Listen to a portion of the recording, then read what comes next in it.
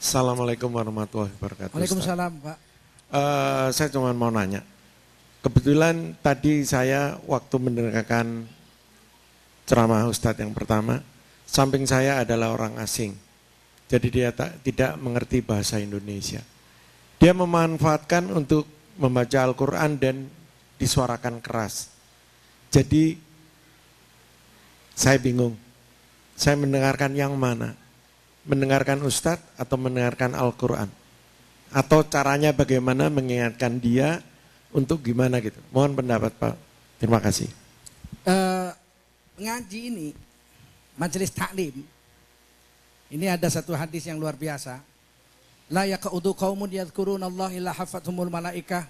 Apabila satu kaum duduk rapat-rapat begini, mereka mengingati Allah, apakah buat majelis taklim ataukah dia zikir, maka malaikat-malaikat turun memayungi mereka dengan sayap-sayapnya sampai ke langit dunia. Jadi banyakan malaikatnya dari orangnya yang hadir.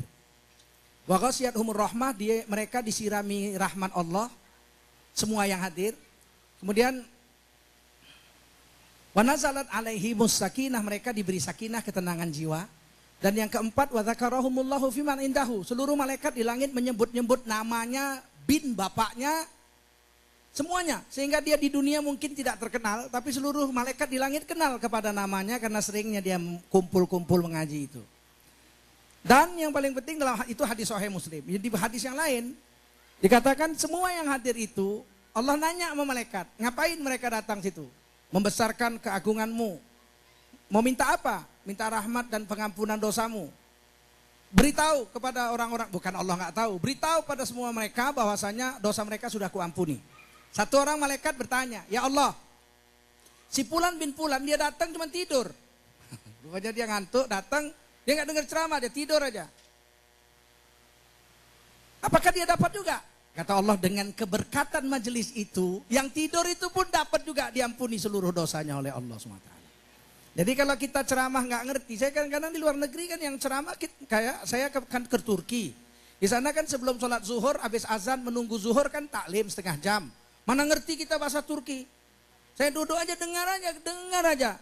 Yakin, dosa kita diampuni, nama kita disebut-sebut di langit. Kita diberi ketenangan jiwa, kita disirami rahmat.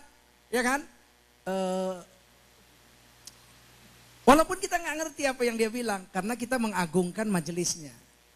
Oleh karena itu yang pertama. Yang kedua, majelis infiradi, majelis pribadi, personal problem, personal action, itu dibandingkan dengan jamaah, itu seperti air laut.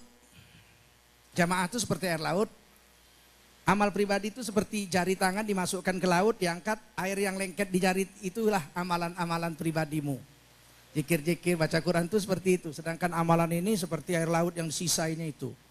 Oleh karena itu perlu diingatkan kalau dia mau baca Quran ada majelis walaupun dia nggak tahu. Bil barokah, mengambil barokah pada majelis itu jauh lebih besar daripada dia membaca Al-Quran. Apalagi dijaharkan gitu. Mungkin dia tidak tahu juga hadis-hadis kan. Dan dia pikir saya nggak ngerti, dia nggak ngerti saya baca Quran. Boleh, tapi baca Qurannya jangan keras-keras. Sebab ini majelis yang dirahmati Allah SWT, meskipun dia nggak ngerti bahasanya. Gitu ya. Masya Allah. Tapi harus hikmah. Sebab orang nggak tahu, nggak boleh dimarahi. Orang nggak tahu kok dimarahi kan kita jadi salah juga. Gitu. Kita beritahu aja gitu. Oh hada ijtima' wa anta infiradi. Ijtima' afdal min infiradi amal. Ijtima' itu beramai-ramai lebih afdal daripada amal sendirian. Silakan.